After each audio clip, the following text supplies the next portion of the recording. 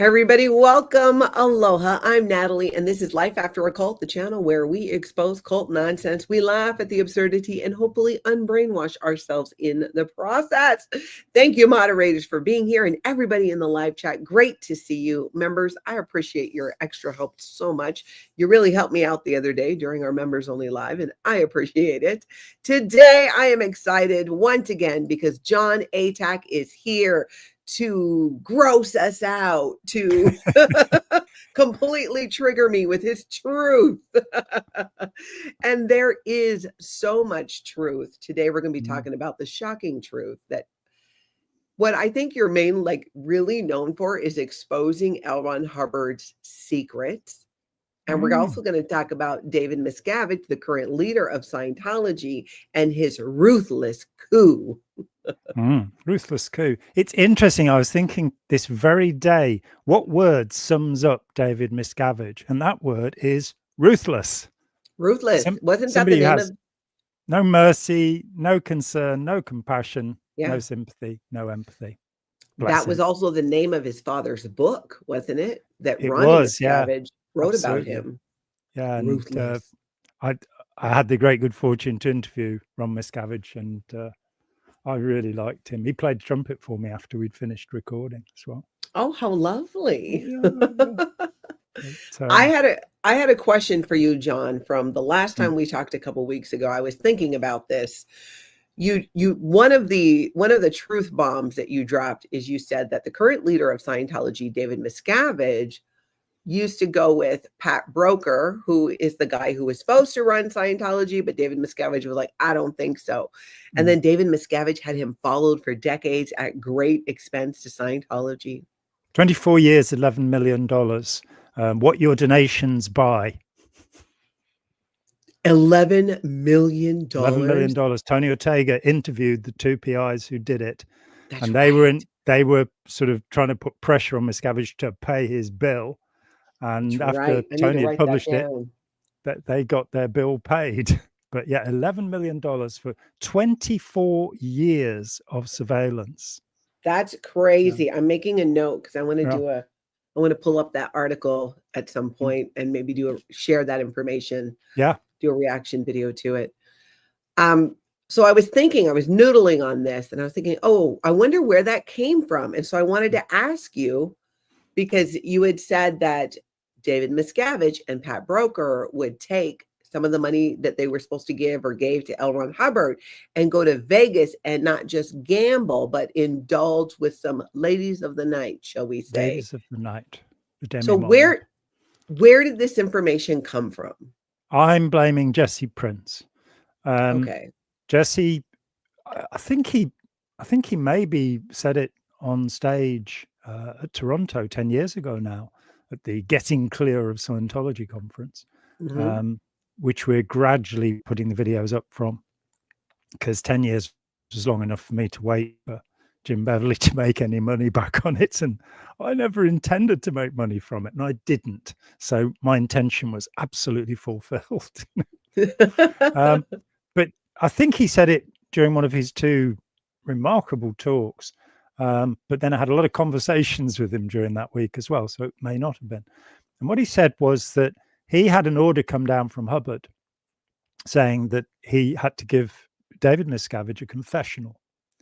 And Jesse said that Miscavige was crying when he came into the auditing room. He was so freaked out knowing, what might come out.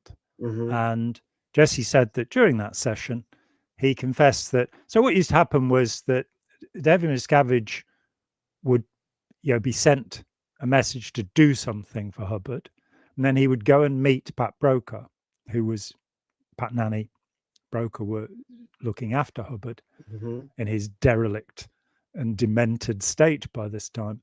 Apparently, Pat Broeker was doing some very serious drinking to help Ron achieve the next level. So it wasn't just L. Ron Hubbard. Was L. Ron Hubbard drinking as well?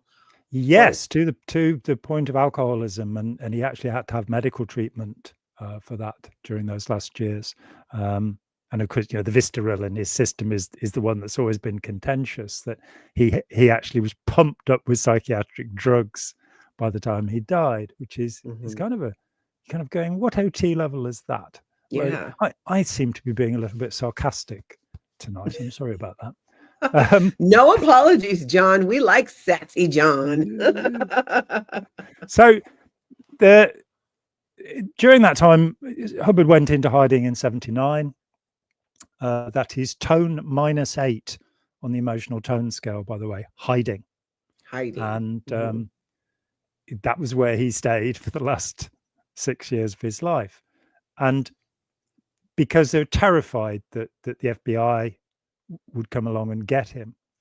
I'm going to say a little bit of a detour. David Miscavige's job, what he was appointed to do was he ran the All Clear unit, and he worked under Diane DeVocht, who was the chairman of the Watchdog Committee, which meant she took her advices straight from L. Ron Hubbard.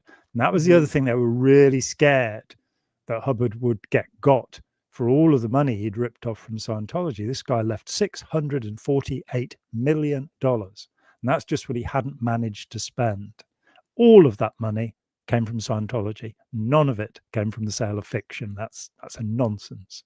So that had come out of, Scientologist pockets, gone to him. Inured is the word that the Internal Revenue Service used for it. It inured to L. Ron Hubbard, who just sort of raked it out of the bank accounts. I've talked with many people over the years who ferried money to L. Ron Hubbard from, bank accounts in Liechtenstein or Switzerland or wherever.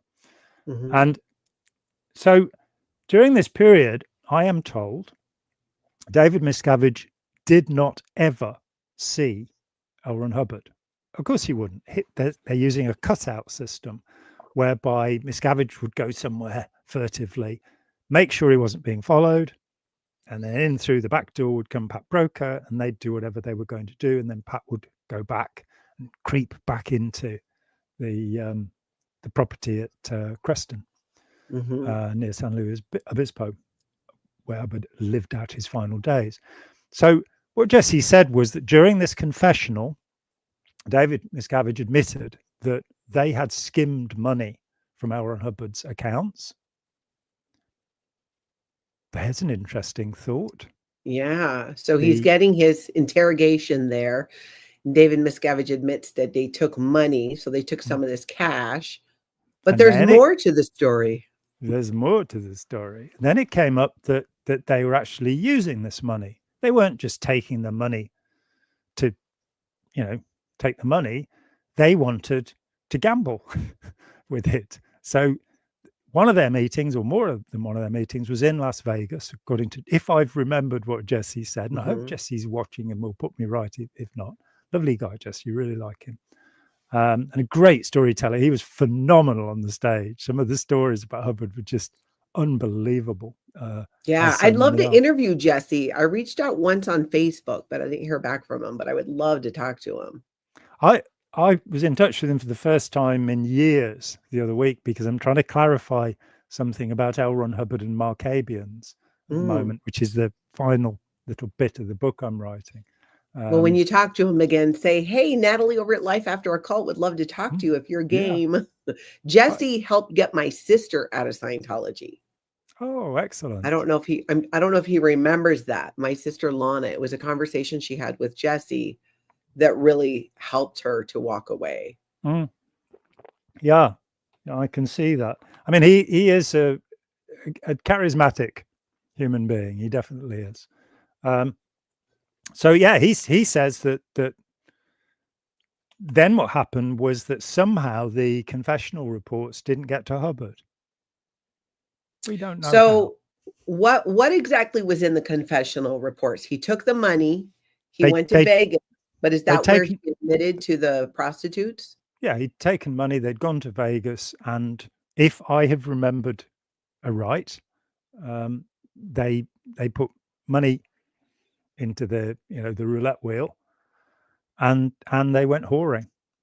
Whoring. They went a whoring.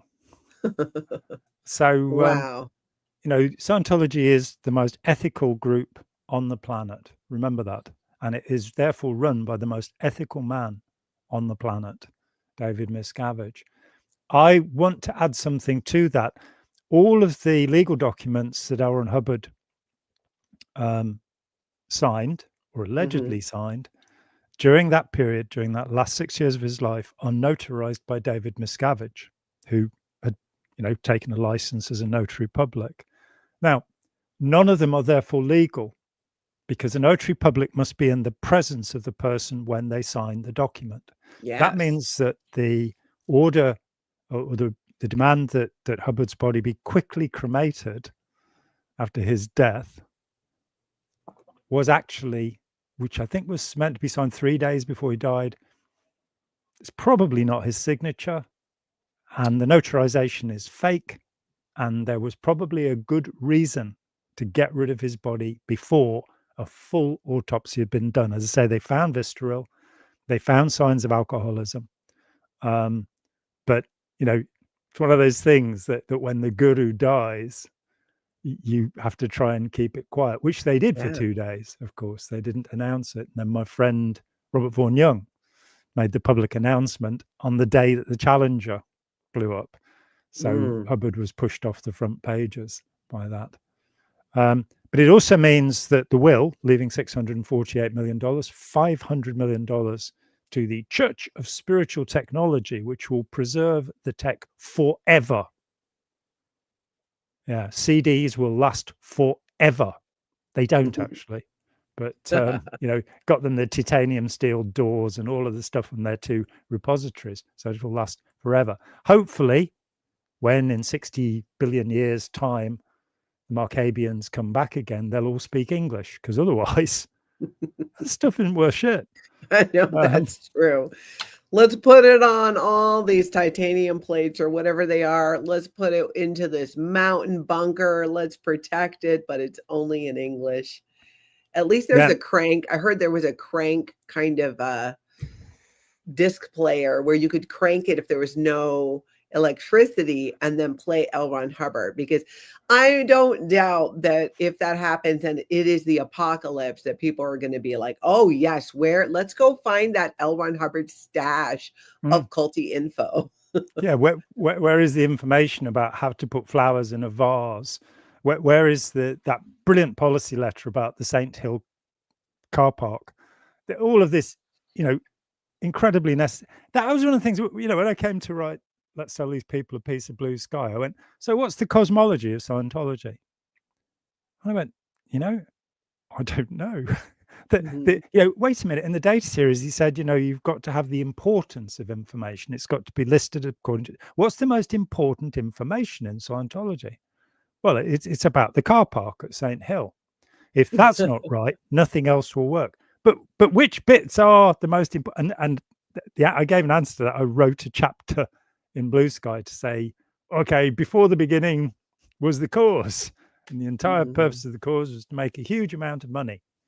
But I had to bounce around through, one of the vital ideas of Scientology is that you are perpetually individual. You are not part of a composite. So, it's not like the Buddha mind or Nirvana or what have you, or any other rock band for that matter. You are separate. So where does it say that in Scientology? It's not in the factors. It's not in the axioms. No, it's process R247 in Creation of Human Ability, where he's proved that we're all separate. You're going, isn't that a bit important? And so you don't get that.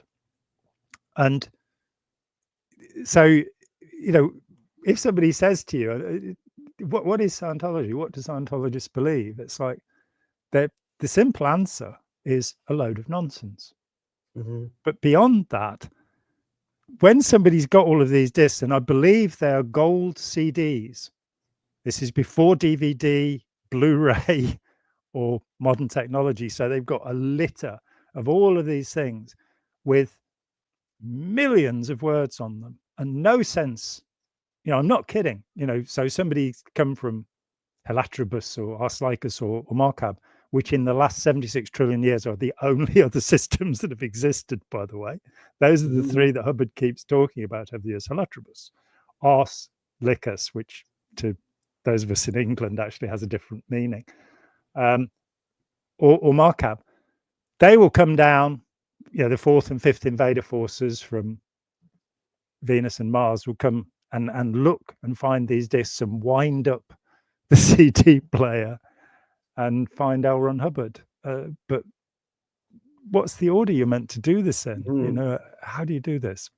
But still, we won't, hopefully we won't be there unless we keep reincarnating until we become Marabians. But yeah.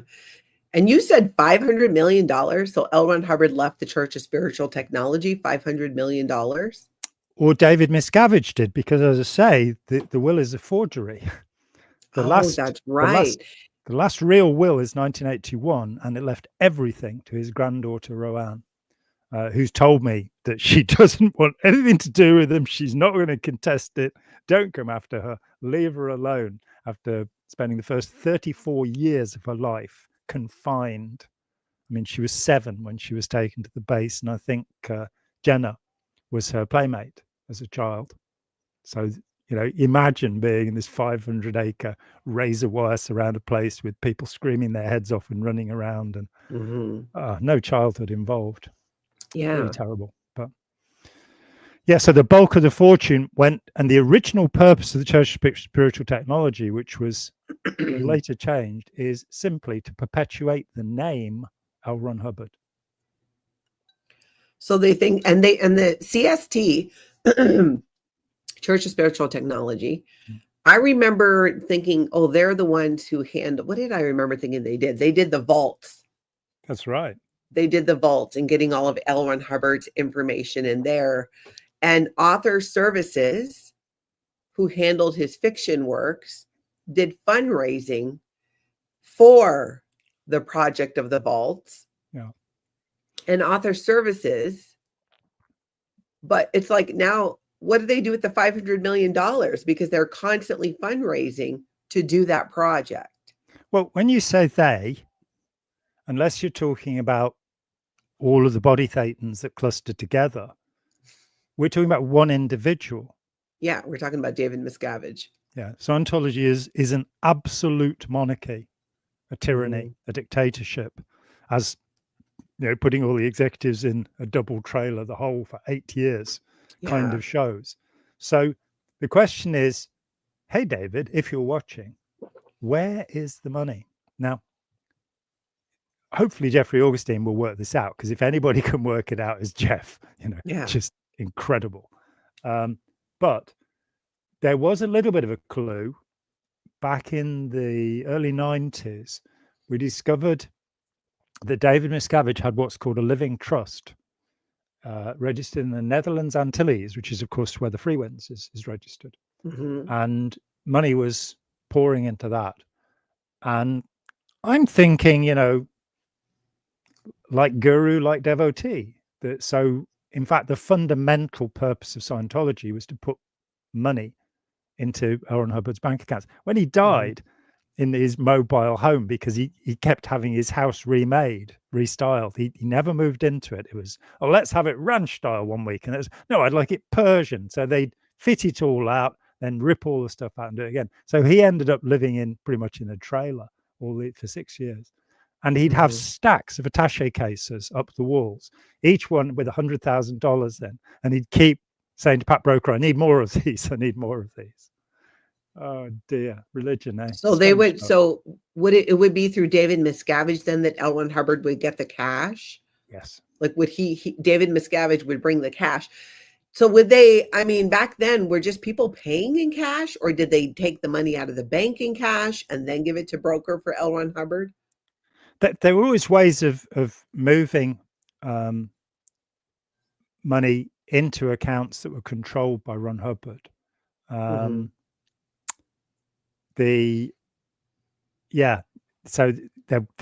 on the Shrinking World of L. Ron Hubbard, which everybody ought to watch. Everybody ought to watch it, because if you want to see what he was really like, there he is. And it's the only place where you see him in a hostile interview.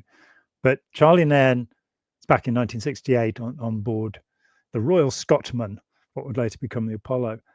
And Charlie asked him about, the Swiss bank accounts. And Hubbard said, I do have one Swiss bank account. And he'd have these accounts set up. There were tens of them. And so what organizations thought they were doing was paying money to the flag operation liaison office, or one of these, or up through the Guardian's office when that was running it. So they'd be paying all of this money, and what they didn't realize was it all poured into accounts that were completely controlled by Hubbard. Once he'd gone into hiding, he couldn't have any connection to anything, because that way the Justice Department would have found him. So he had to trust Pat Broeker. He had to trust Pat Broeker, who had control over these accounts. So they would go, and presumably Las Vegas was one of the banking outlets. And part of the thing was that under American law, you can't have more than a certain amount in a bank account without having to report to the IRS. So they'd have tens of bank accounts, all 1 cent below that level, so they could draw money out. And it really did get to be a problem having enough accounts, because there were times when Scientology was making so much money. I mean, again, when Charlie Nairn interviewed him in 1968, before they went on camera, Charlie arrived at about 1 o'clock in the morning and asked if he'd come aboard, and sat with Hubbard for 3 hours before they recorded. And he got out of Hubbard this admission: it was a scam. It's really hard, but Hubbard said, "Oh yeah, of course it is. Obviously it is." It's like, okay. And he said, "Well, why do you do it then?" And well, actually, first of all, he said, that must be really hard for you, having to conceal that. You poor narcissist, not being able to tell people you're ripping them off. It's so hard for you, Why would he admit that? Why would L. Ron Hubbard admit that to a journalist? I think it was just one of those moments that one of the drugs that Hubbard was fond of, and he said he'd been addicted to it. There's a lecture, a recorded lecture, where which I report in a paper called "Never Believe a Hypnotist." So you can go and find it in the Research and Discovery volumes if you've got the old ones. I imagine since I pointed this out, it may have disappeared. But he says that it was difficult getting off phenobarbital. I made myself a guinea pig on one of these experiments.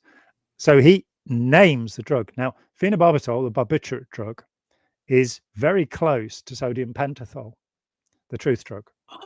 And every now and then in lectures, Hubbard will tell the truth. So did he study nuclear physics? All right, 23rd of September, 1950, a lecture called Introduction to Dianetics.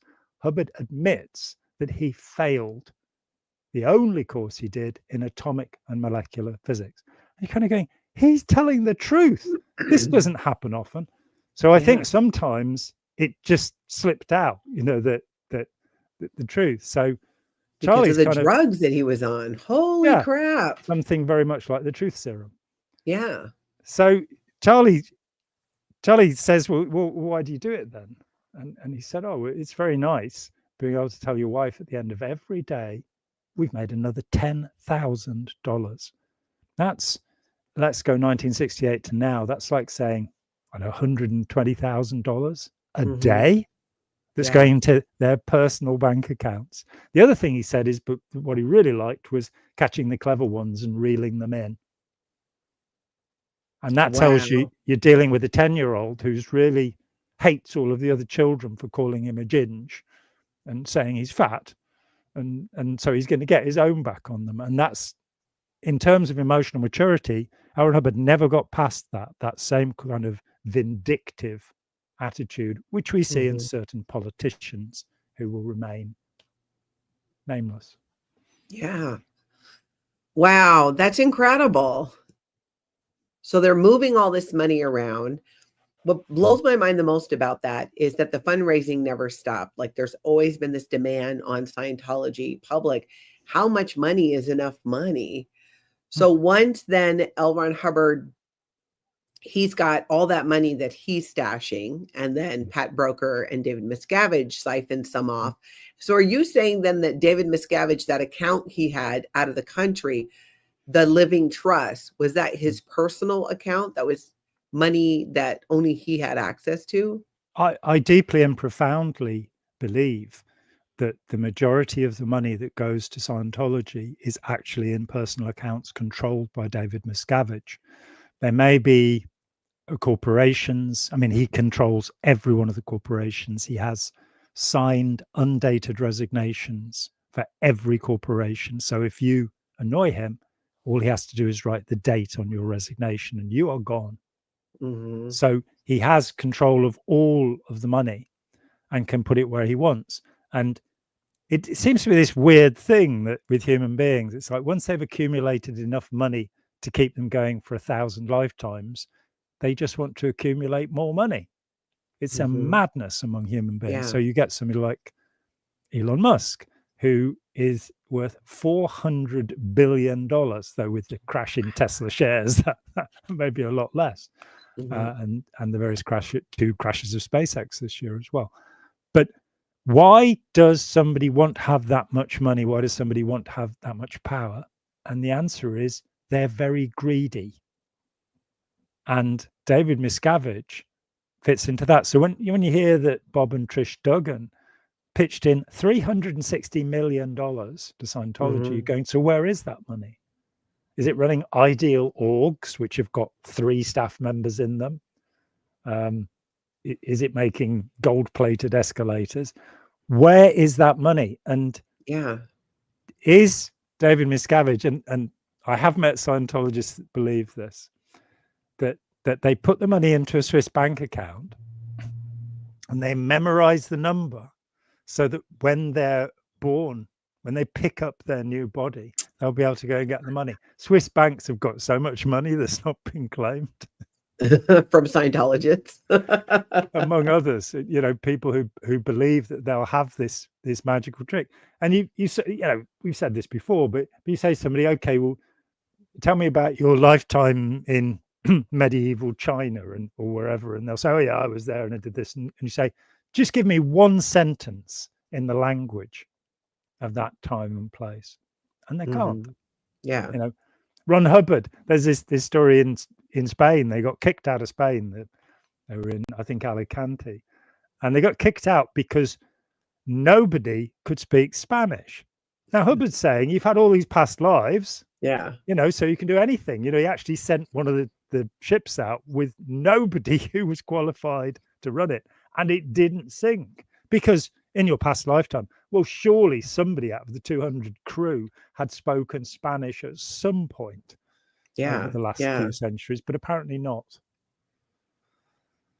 That's amazing. And that's definitely, I can speak to that. In the Sea organization, that was kind of the attitude. Well, you lived multiple lifetimes.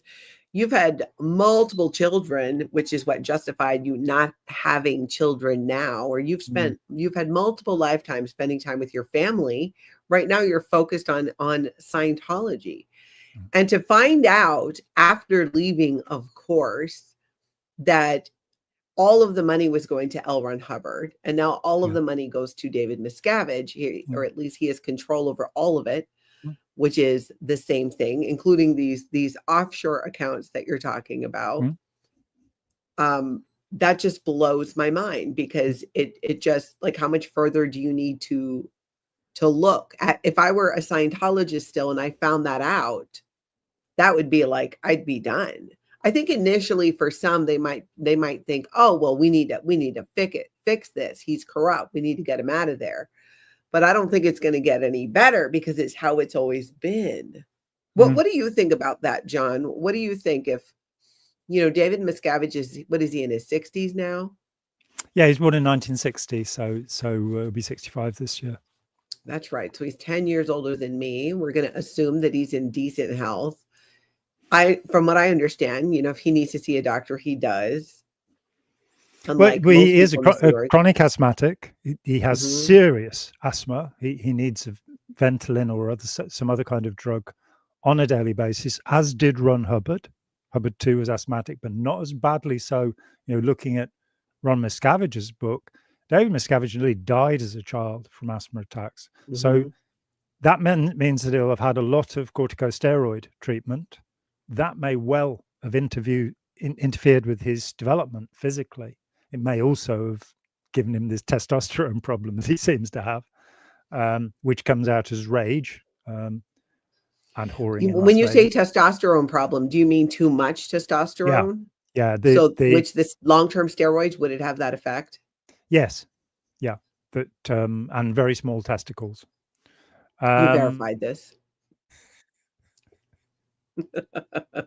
I mean, are you joking, or that for a fact?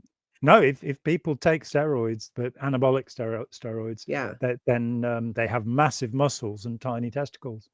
Wow, I did not know that. Yeah. So much for you, Schwarzenegger.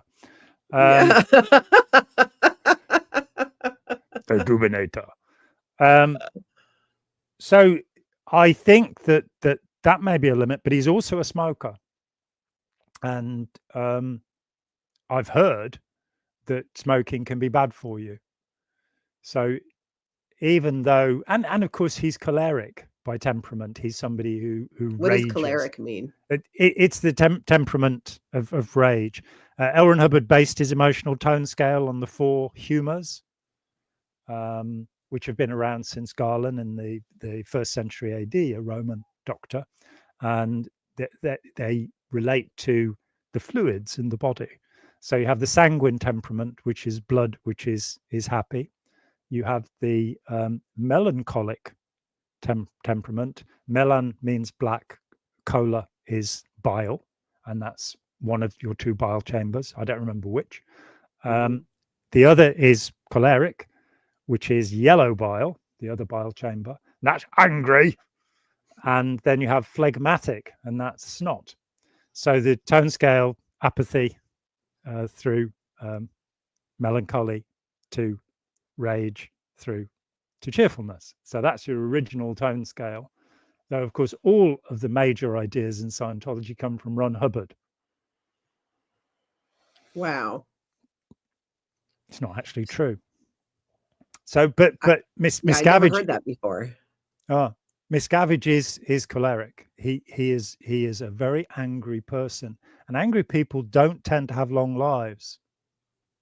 They tend to blow their top and bang things around. So I don't wish the man any harm. I really don't. And if he wants to give me a call, then he can come over. But no shouting.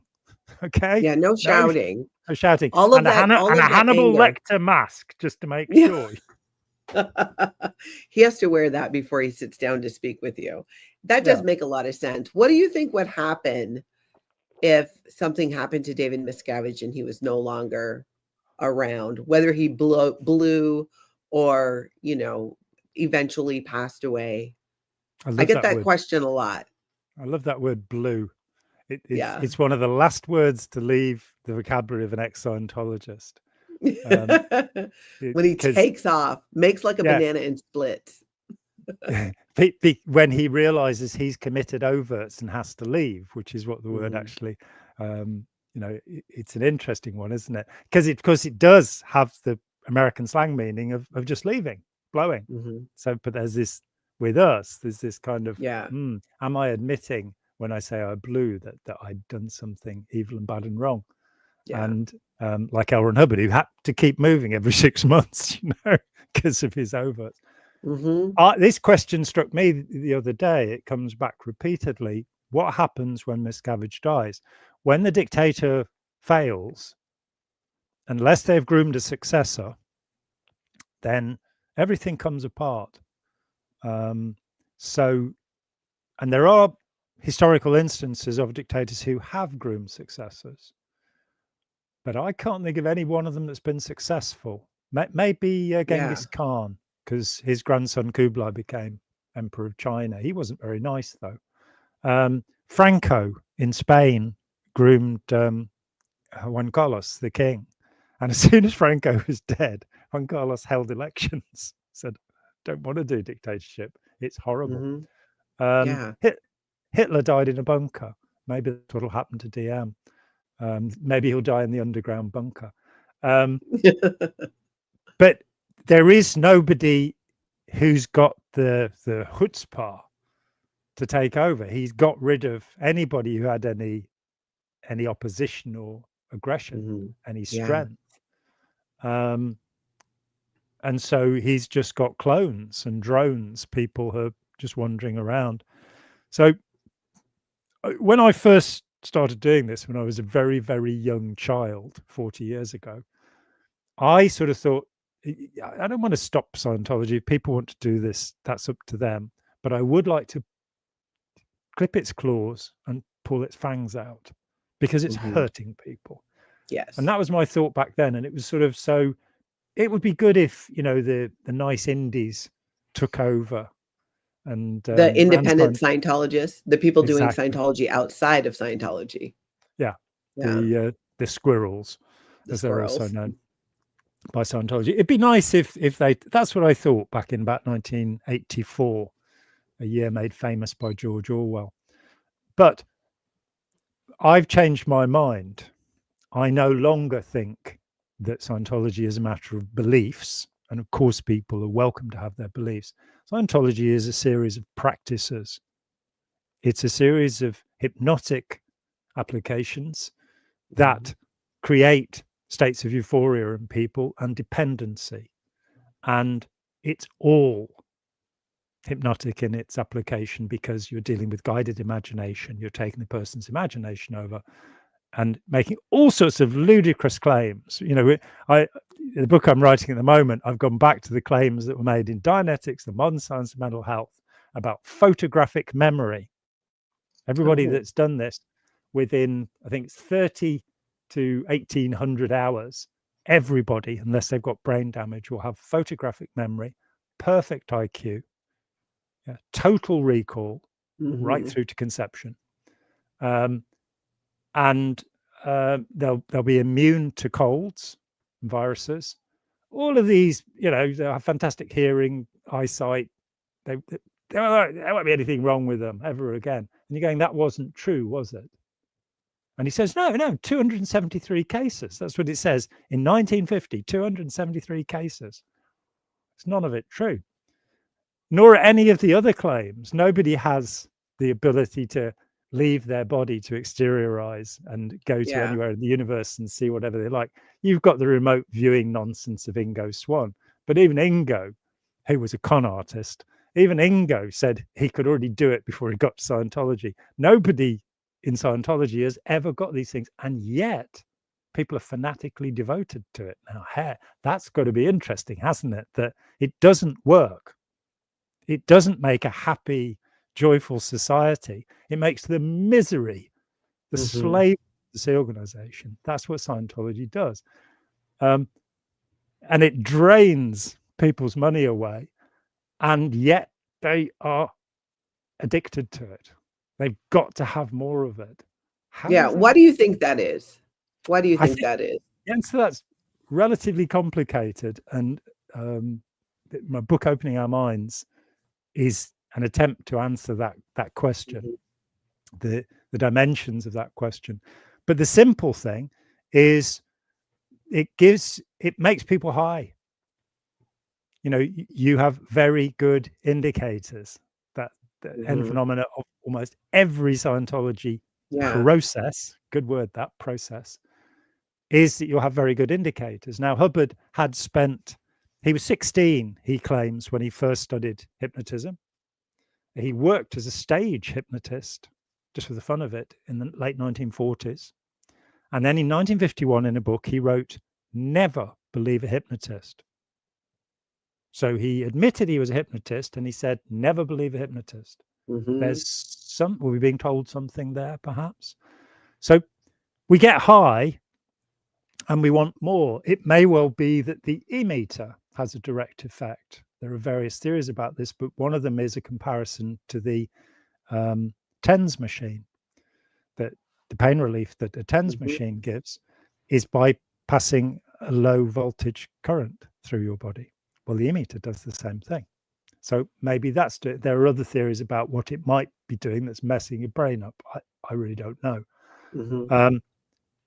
But outside of that, you've got the whole environment, you've got all of the promises, and it appeals to our narcissism. It appeals to our selfishness. We want to be godlike. We want everybody to love us. We want to have power. And so we don't notice. I mean, when I first arrived in Scientology when I was 19, I didn't have any money. And the people, lovely people at the Moseley, Birmingham mission of Scientology, put me out on the street to not to do that. Put me out on the street to recruit people. Here's your clipboard. What would you most like to be? What would you most like to do? What would you most like to have? Come and have a free personality test. Mm-hmm. And I was quite good at it. And what I couldn't understand was why none of them would go out on the street and do it. And the further I went into Scientology, the more I realized that the higher up the bridge you get, the less able you are to communicate with raw meat, dead in the head wogs, as Hubbard so affectionately termed non-Scientologists. That's right. That does make a lot of sense, because you're right. And that's been something that so many people never in Scientology often comment on, is when they read the success stories or listen to the testimonials, like on Scientology's own website, Scientology.org, that they're not actually saying anything. It's all very these general terms of my space got bigger and cleaner and my flows opened up, just very generic, not any real meat and potatoes that they can specify. And I remember as a Scientologist, that feeling at the end of a course or an auditing step of being excited to be done. Like the win was I finished it and I don't have to do it anymore. And I didn't recognize that until after quite some time after I left Scientology. Because I kept thinking, well, but I wrote success stories, but I also knew if you didn't write a success story, you have to go redo the course. So it really got me thinking, like, I could not be the only one. And because it's all I ever did growing up in Scientology is do a course. And of course, I got really good at, I'm going to write a success story. You know ahead of time what the course is supposed to deliver. So if you want to be past, you want to go on to the next thing. And I'm very like, I like games. And so I'm like, oh, you do the one step, you get to the next step, you get to the next step. Yeah. So for me, the win was not having to do the one thing anymore, but, just getting to that next step. And I wonder how many other Scientologists might feel that way too. I think it's so true. Yeah.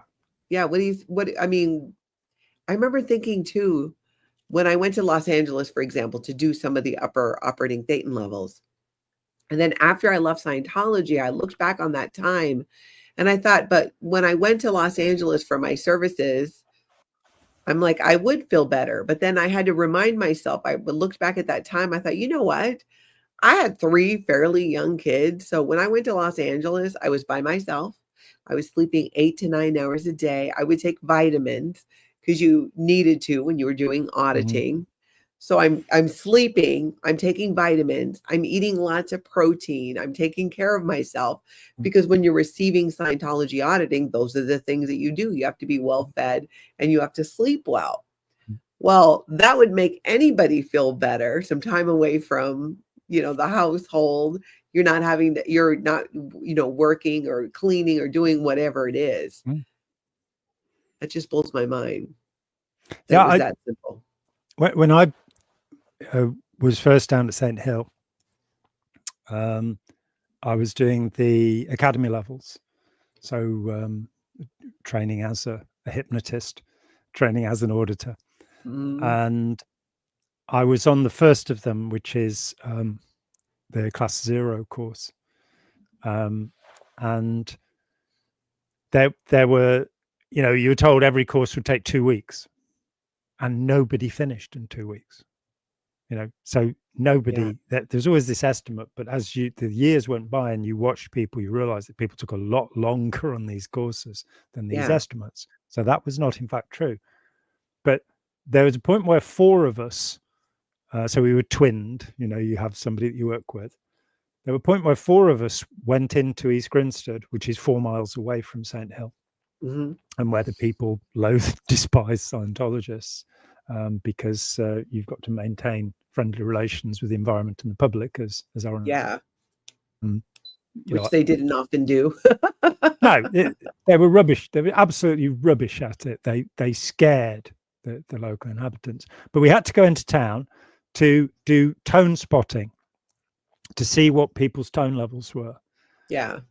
And I realized when I got back that the other 3 people had all cheated. They'd all cheated.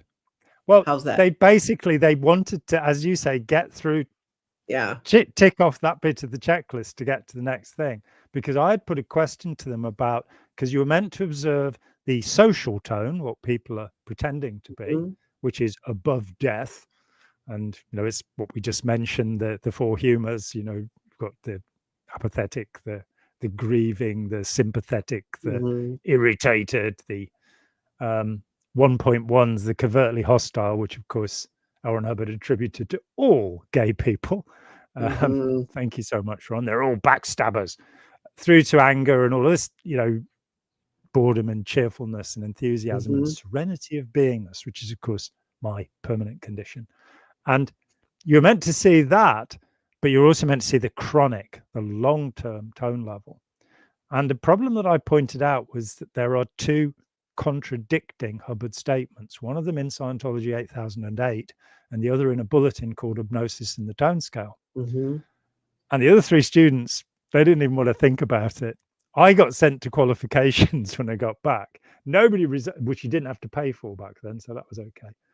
Yeah. Nobody ever resolved this flat out contradiction in the Hubbard teaching. Of course, as the years went by, I found hundreds of such contradictions, and you kind of skip over them. You don't really notice them.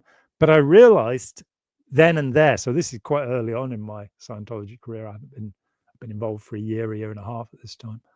I realized that there was this urge to get to the next level.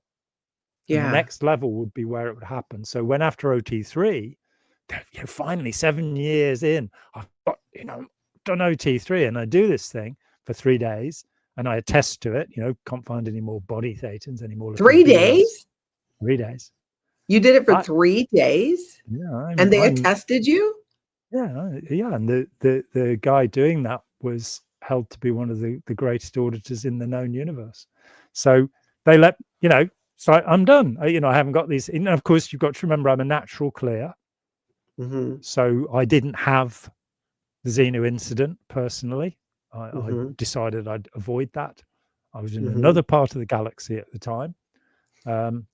Nowhere else in the many other parts of the universe has anybody had these incidents. You know, they only occur in this sector of the galaxy, which is a kind of conundrum that nobody has ever drifted in from the other 100 billion galaxies. Let me say that again, 100 billion galaxies. We don't see anybody from there because they don't like it here because it smells bad or something. I don't know what it is. But so I was a natural clear. I didn't have a reactive mind. And so I think the thought at the time was that it would be, and it makes sense to me, that I wouldn't have had this stuff. I just maybe picked up a few stray body thetans as I went along. But so 3 days and I went back in, I tested it. And then within 3 days, as is, by the way, perfectly normal, within 3 days, the collapse happens, the roller coaster. And it happens in faith healing as well. It's not just Scientology. What typically happens is you get the adrenaline rush, you get the euphoria, and then you get the collapse. That's how the human body works. Same thing happens if you're chased by a tiger, as Aaron Hubbard pointed out. You'll get the adrenaline, and then you get opioids on the back of that. So endorphins. I heard with Molly or ecstasy too. It's like it can be really fun to do, but the next day it's like, I think the reality of that is if you take an extremely large dose, the people that were reported as doing that were ravers who were going out 3 nights a week and taking 8 hits a night. And then, yes, they'd get serotonin depletion.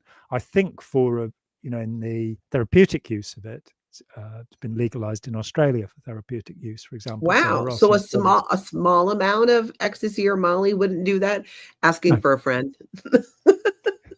Yeah, it's a reasonable amount. You take a hit and a bump and don't do more than that. And don't do it more than once every week or two. And you're probably okay. Unfortunately, there isn't enough scientific literature on it. I've been fascinated and standing back from the use of hallucinogens and in this case amphetamines. Of course, MDMA is an amphetamine. I've been watching that for decades, and I've had various enthusiastic ex-Scientologists go, oh yeah, take ayahuasca, it's fantastic, or take LSD, and I'm like, yeah, a little bit hesitant about that. Yeah, we're gonna let that play out. Let's let The vomiting. Yeah. The vomiting is what keeps me away from ayahuasca. I'm like, all that vomiting, and I'm like, no, that's not for me. No, absolutely not. A friend of mine actually took it 20, he's sadly a late friend of mine, wonderful, wonderful man, but he was playing in a band in Brazil and got out into the Amazon somehow, though I think it's the other side of it normally, and did ayahuasca with natives there. And he came to me and said, Jon, angels come and talk to you. And I said, thank you very much. No. No. If I want to talk to myself via hallucinations, I'll do it some other way. It really not interested in that kind of thing. Yeah. Sorry to disappoint anybody that's watching. A little aloha to Rod. Thank you so much for your super chat. Love you guys. Thanks for all you do. Thanks, Rod. Thanks for being here. So yeah, but you get very much. Yeah, back to the ayahuasca. In Scientology, what is happening, and in so many other groups. I mean, I put up a piece at the weekend with Anne L. Peterson, who worked with Werner Erhard. I really want to call him Werner Erhard, but Werner Erhard, who is the supreme con artist. And what this guy is doing is you stress people out like hell over 3 days, and then you release it. And that's all you need to do. So you humiliate, abuse, screw them up, dominate them for 3 days. And in brain terms, what happens is that you will build up dopamine that you can't release. The other way of saying that is your anticipation will be dampened. You won't be anticipating because it's the anticipation chemical. Then you say, no, everything's fine. And on that last day, people get high. They get a dopamine dump. Wow. Just from not being in that stress anymore. Yeah. Scientology is absolutely doing that. Oh my gosh, you're right. So finishing, especially some of the upper levels or the processes that take longer, it really is about just getting through it. That makes so much sense because I can recognize that feeling at the end. Because I questioned myself a lot after leaving Scientology because I thought, well, some things I felt like I had gains on, but when I really looked back and tried to articulate what that was, when I tried kind of journaling about it, I was like, I was just happy to be done. But it makes sense that would happen, and that's why we would do it. God, chemicals are crazy. Yeah, and whoever and whatever we are, whether we are spiritual or physical or somewhere in between or what have you, not something that bothers me these many years. I couldn't care less. I take Zhang Su's view, the great Chinese philosopher, that I didn't know where I was before I was born. I don't know where I am after I die. So I better enjoy it, better make the most of it. Epicurean I feel exactly stoicism. That way. Yeah. And I fully support that. Yeah. And luckily enough, I'm not, ill, in pain, depressed, any of those things. And I, life has been at times stressful. Being harassed by Scientology on a daily basis for 16 years was not as much fun as people might think. Exactly. Not as much fun as they make it out to be, huh? Yeah. But as with Scientology, one could think of the rundowns as the stop banging your head against the wall rundown. Yes. I had such a win when I stopped banging my head against the wall. Yeah, that is what it feels like. I went and tested OT3 and I'm told, great, that's fine. And 3 days later, when the inevitable dopamine collapse happened, I thought, well, got to be ethical for this stuff to work. So I went in and I said, yeah, not really feeling any benefit from this. And I expected to have to do a retread, to have to pay for it and do it again. That's all I expected. I even thought I might be sent to ethics. But what happened was that the guy who was considered to be the greatest auditor in the UK at the time, who'd flipped over and become a registrar or a salesperson, because heck, you get 2% on everything you sell. So that's a much better job than being an auditor. They'd have cars, the registrars, and eat food and stuff like that. But this guy looks at me and he says, yeah, a lot of people find that. And that blew my mind. It was like I spent 7 years getting here. I'd worked 3 years doing a house up to earn the money to do it, and gone and done it. Now now I'm being told, yeah, a lot of people find it's a piece of shit. So, but what you need is OT4 to get rid of all the drugged body thetans that have clung onto you. Yeah, that's your problem. You just need your next step. So I borrowed the money for that, and went and did 12.5 hours, an intensive of that. And that was a bit shabby. And again, three days after I'd tested, I went in and said, I'm still, I meant to, all these years of getting to the OT levels, the super levels where you have these fantastic abilities. I said, I'm not really feeling any different. And the same guy looked at me and he didn't even break a smile. He said, a lot of people find that. I'm going, a lot of people find that. So what you need is OT5. So I get onto OT5 and do that. And something, I don't know if I told this story before, but the woman who has owned the mission in Moseley that I first got into, she wasn't there when I was recruited. She was off in America trying to find out how it was the American missions or franchises were earning so much money, and she wasn't earning any. So she was trying to pick up some tips. She came back about 6 months later and she was an OT. She had been on the ship with Ron. Ron had overseen her training to the level of Class 8. Wow. At the time, the highest level in the known universe. So she was a Class 8 auditor. She'd done trained OT3. under Ron. Trained under Ron. And her OT3, I believe, was supervised by Ron Hubbard, right? So he probably didn't get it wrong. And she just seemed utterly miserable to me. When I first met her, she scowled at me. And I thought, oh my God, she's an OT. She's reading my mind. And that's a heck of a way to make you think things that you don't want to think. Yeah. Not ever. And every time I saw her, same scowl. She would never call me by name. And I thought, oh, it's because I've got long hair, got hippie hair. Oh, it must be that. There's something about me. She's seeing something dark, about me or something. So 7 years go by, and now I'm doing OT5 at St. Hill, and she's doing OT5. And she comes beaming out of the waiting room, out of an auditing session, and says, John, she called me by name. It was amazing. Isn't it fantastic that Ron has come up with something that cleans up the mess that OT3 makes? I'm going, so she'd been miserable for 14, 15 years. And she attributed that to OT3. And I saw that in other people. I saw, people I knew who went and did OT3.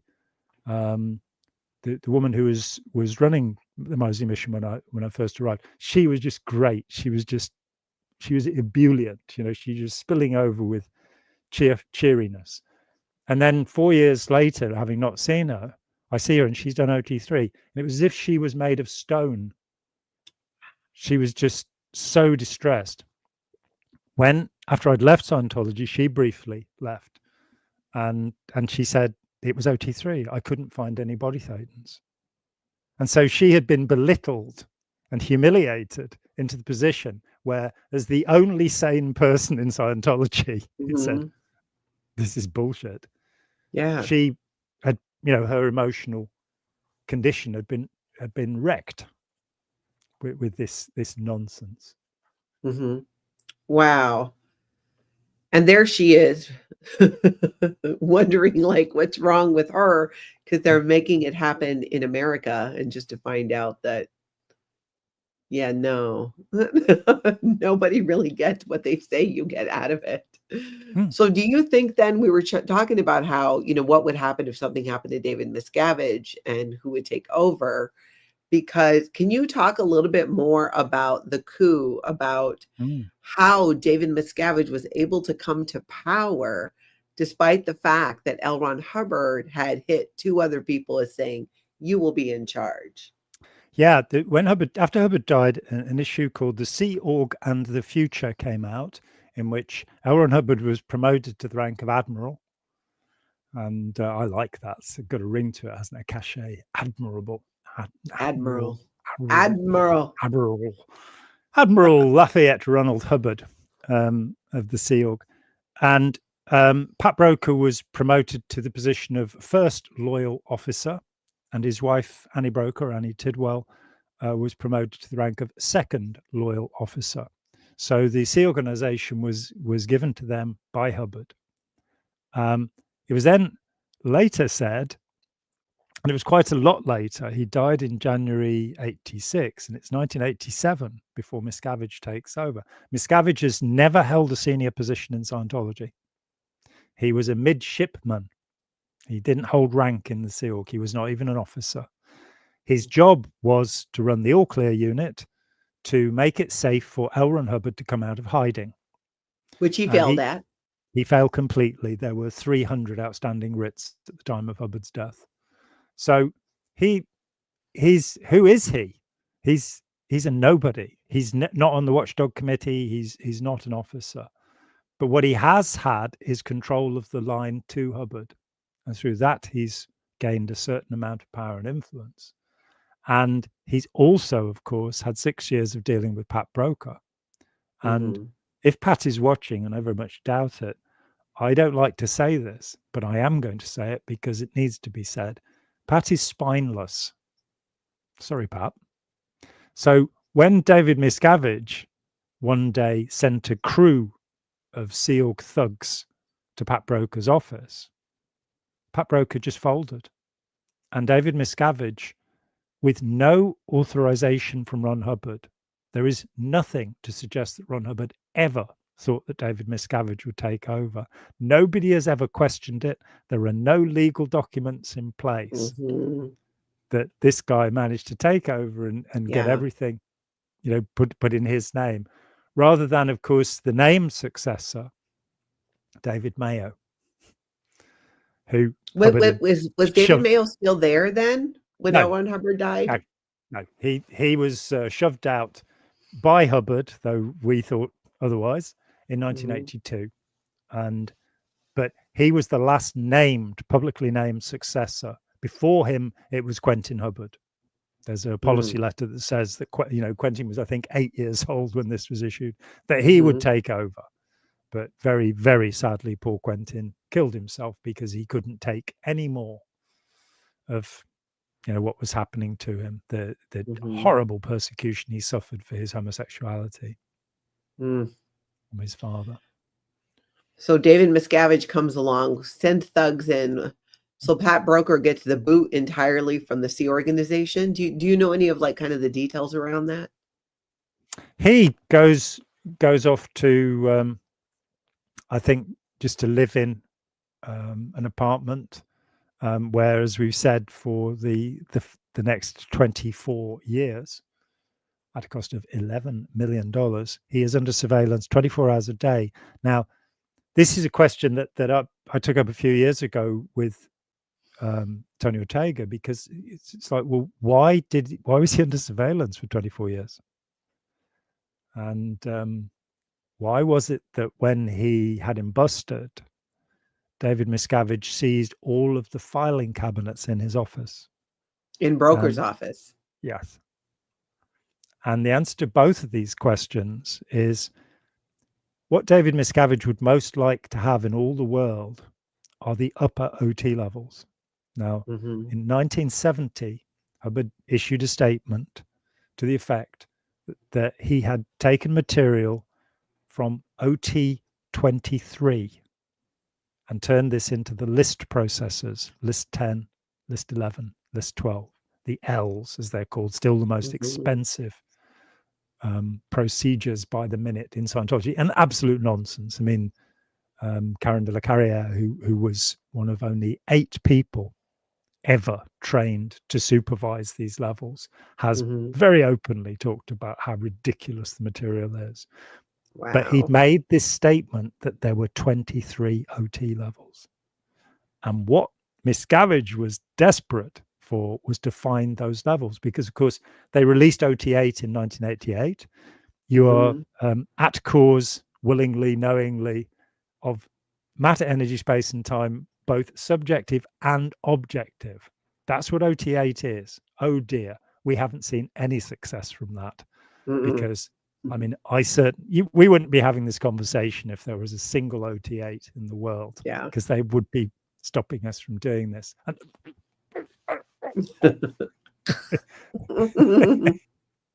But so that didn't work. And Miscavige didn't realize that it doesn't need to work. You just keep selling the bullshit. I mean, there's this story about a conversation that Pat Broeker had back when David Mayo was still involved in 82. Pat Broeker went to him and said, well, Ron hasn't given us OT8. Why don't we just release something where you can fly your own rudiments? You can, deal on a daily basis with your upsets, your problems, your withholds, what have you, and we'll call it OT8 and sell it. And David was outraged at this thought, and it didn't happen.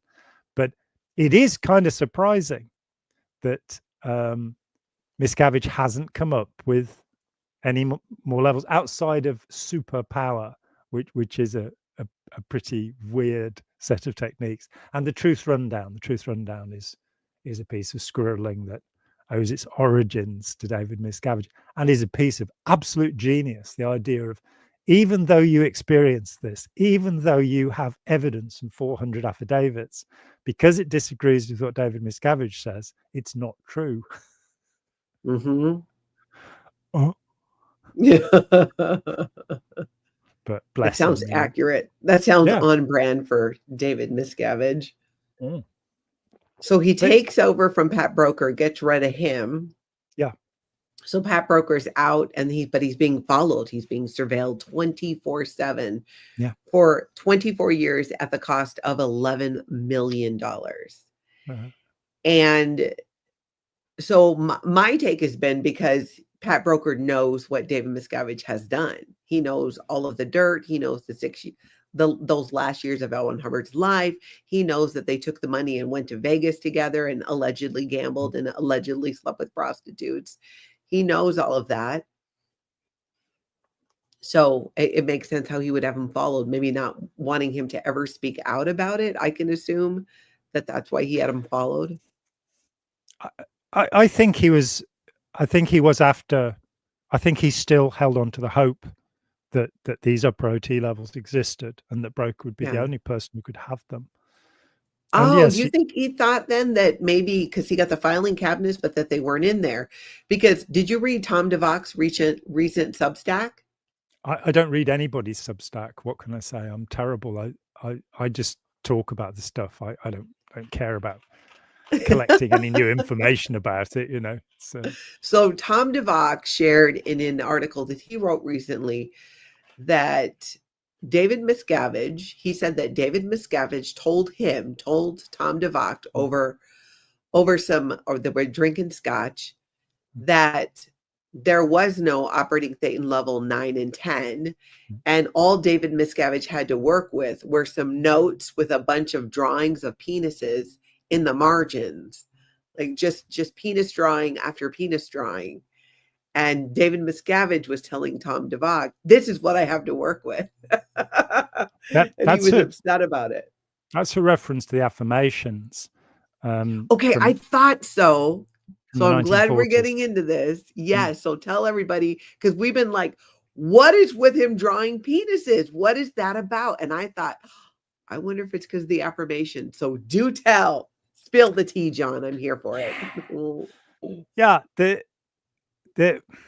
thing the book I'm just finishing is called If Scientology Ruled the World: Nazi Occultism, Sex Magic, Space Aliens, and the Second Coming.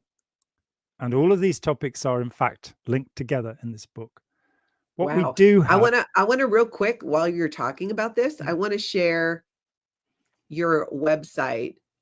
If one of the mods, actually, you know what? I'll just cut and paste it and throw it in the chat here. This is Jon's website you can go to. It's got all the information. You can go to his YouTube channel. You can see his books on there, but you can go to his YouTube channel too. And he has all his links on there. If you want to help support Jon is in his endeavor of writing these books and getting them out, go find his pay links on YouTube and throw some money at him so that he can keep writing and getting this information out.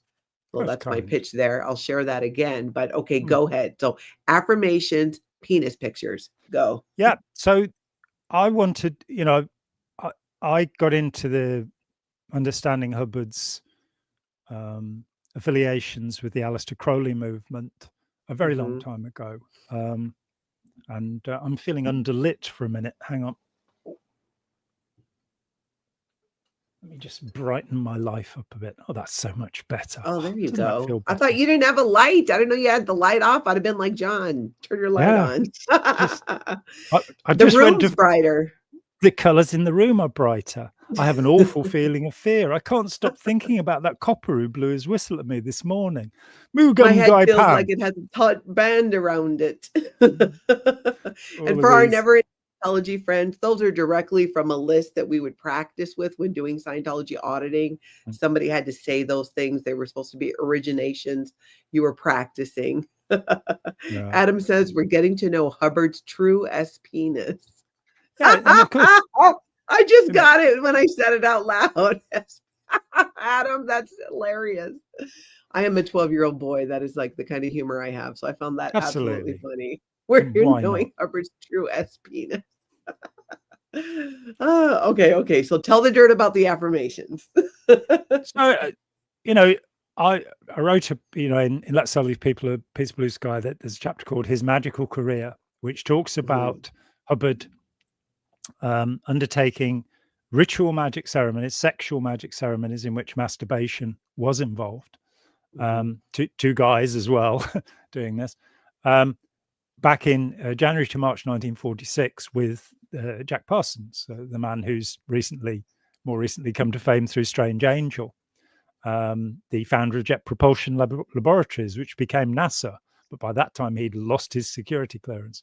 So Hubbard is deeply into this magical thing. And the idea, the heart of this magic is to bring about the reign of the Antichrist, to bring the war of Armageddon and lots of fear and trouble and horror, but to stop the second coming of Jesus, or the millennium, as it is often known. So this was the goal? This is what Hubbard was trying to do with Jack Parsons, to stop Jesus from returning. And we fast forward, that's January to March 1946. And, Parsons loses all of his money and his girlfriend to Hubbard in very short order of time. He even wrote a little book about it later. At the very end, when people got to OT8 in 1988, when it was released, the first issue on it is this mad bulletin dated 5th of May, 1980, in which Hubbard says that his intention is to help the Antichrist and Lucifer and to stop the second coming. And what makes me... Did he ever say why? Because I've heard this, but why? Why? Well, because the second coming is actually the Marabians. Yeah. So there's this system Markab that he used to make jokes about in the 50s and early 60s. I've only been able to find 3 references to them in the whole compendium of the technology, which of course is very searchable now that people put it online. Only and 3 this references. is just a Scientology thing, right? Or the Marabians or Marabians. That doesn't exist outside of, that I'm aware of. Well, I do actually have a reflection on this, which I'm not going to share. You have to read the book for it. But a couple of weeks ago, having worked on this for 6 months, I found out what the probable origin of the Marabians is. And it's absolutely fascinating. And now you have to buy the book. Nicely played, Atack. Nicely played. I had to work for it, so should everybody else, or at least pay for it. And so he, somewhere around, I checked this with Janice Gillum-Grady, who's great. I really like Janice. She's so helpful and useful and nice. I love her. So I wrote to her and said, in 79, when you were last with her, but she was one of the first 3 Commodore's messengers. She was 12 years old in 68, I think it was, when she and her brother and sister became the first slaves, child slaves, to work directly for Ron Hubbard. They were taken away from their education and they had to do exactly what he told them. And for 11 years, 10 or 11 years, Janice was there almost every day with Hubbard, serving his needs. And I said, towards the end in 79, when he went on the lam and back into hiding because of his terrible overts and he had to blow and all of that, did he talk about the Marabians? She said, oh, yeah. I was like, okay. So this bulletin, this could well be the truth. And there's just one clinching statement in it, which got me. And it says that he first became aware of this in 1945. And that's the year that he met Jack Parsons. And so... Oh my God. Are you saying that L. Ron Hubbard wanted to bring about the Antichrist to stop an alien invasion? And the alien invasion would be led by Jesus Christ. Oh!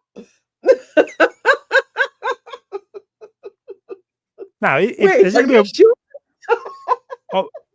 I'm absolutely sure, absolutely confident. And this wasn't shared in Scientology later, right? Because I don't remember this particularly, but I remember him talking about the Marcabs all the time. It felt like.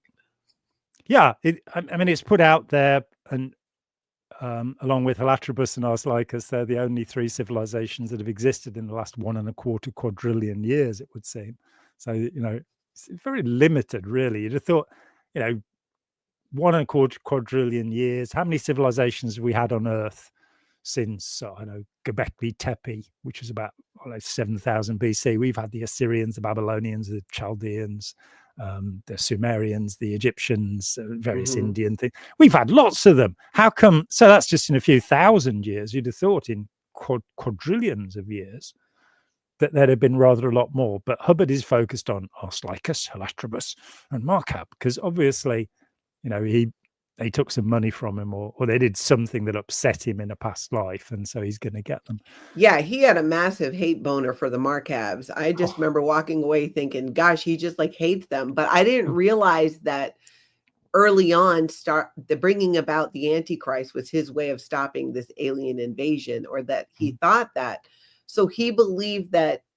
Did Aleister Crowley and Jack Parsons believe this too, that Jesus Christ, the second coming, would be an alien invasion led by Jesus? Or did they have their own reasons for getting into that black magic and doing that? They had different reasons, and I've read I think all of Parsons' published material. There isn't that much, thankfully. I've read too much of, one line is too much of Crowley for me. I really can't stand the man. I interviewed his biographer, who was his literary executor, John Simons, and I found the tape recordings of this from my answer phone the other week, and I'd forgotten all about them. That back in 1984, I called up John Simons, who wrote The Great Beast, and he said, "The bastard! He left all of his things to me because he knew I'd do it, and he knew I hated him." So he didn't really like Aleister Crowley very much, but then nor did anybody else, as far as I can tell. Yeah, their reasons were. And this book will get into the real origins of their thinking too. Okay, this is the book you're currently working on. This is the book I'm currently working on. And this is a magical tradition that is perverted generation by generation. And so Crowley believed that he was the beast 666, on whom the whore of Babylon, the Scarlet Woman, will ride, according to the book of Revelation. So he believed that as somebody in every generation, since a man called Joachim of Fiore in 1178 put forward this idea that the book of Revelation is not about history, which is what it's actually about, and it says so in the text. It's about prediction. And in every generation since, somebody or many people have come forward with the idea Jesus is going to be here. He's going to be here soon, as the song says. And every generation has had this, the end is nigh, this anticipation. So this is believed by Crowley, who dies in, I think, 1947, it's in the late 40s. Mm-hmm. But he's sure that Jesus is going to try and come. And he and Parsons feel that Jesus is a negative force, that Jesus is a pretense, and that we've all been enslaved and brainwashed into Christianity. I mean, Hubbard talks about this in the Philadelphia Doctorate series and says, Crowley, got into trouble because he denied Christ. That was not the only reason. I think that the fact that so many of his girlfriends committed suicide got him into a little bit of trouble too. Wow. But so they had this sincere belief in the Antichrist as a force of goodness almost. That's not where Hubbard was coming from. No. Hubbard was trying to incarnate Babylon, the whore of Babylon, so that he could prevent the second coming. And what he says in this bulletin was released for about a week. It was only available to people doing OT8, and 2 people left because they were outraged by what they saw. And when they saw the copy of it that's been released, they authenticated it. They said, yeah, this was on OT8. And so stripped away now, there's this 1 week where the top level Scientologists, people who've paid $500,000 to get to this place and, been to the ethics officer and been very good for years, never had a nasty thought about L. Ron Hubbard. Some people see this and they go, this isn't what I signed up for. The destruction of Christianity isn't really what I was thinking of when I paid that money, and they left. But here we have Hubbard saying, this is what it's about. So what happened was, from the age of 16, Hubbard read the Book of the Law by Crowley, which is worth reading because it's about having absolute and utter contempt for humanity. It's a really, really negative, horrible piece of work that, no compassion, be ruthless. There's that word again. So what Hubbard aims himself at the age of 16, so in about 1927, he reads this, and that becomes his essential text, the Book of the Law by Aleister Crowley. It's very short, very easy to read, very nasty. And he joins the Ancient and Mystical Order of Rosicrucians, AMORC, which is a California-based organization that came into being at the beginning of the 20th century, despite claiming to go back to ancient Egypt, as all these organizations do. The man who started it, a guy called Spencer, actually had a degree in the Ordo Templi Orientis. So this is Hubbard's first immediate contact with an organization that's connected to Crowley's Order of the Eastern Templars, OTO. Hubbard will then contrive ever more magical ceremonies in his attempt to gain power over other people.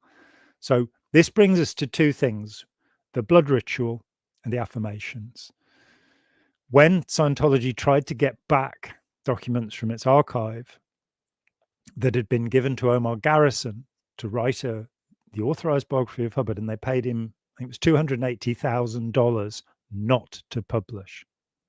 I mean, they'd paid him quite a lot of money to write the book, then they paid him that not to publish. Omar Garrison wrote 2 pro-Scientology books, Hidden Story of Scientology and I can't remember what the other one's called, actually. Hidden Story of Scientology, and the other one's about it being wrong to arrest the Guardian's office people. Who knew? Just because they'd committed crimes.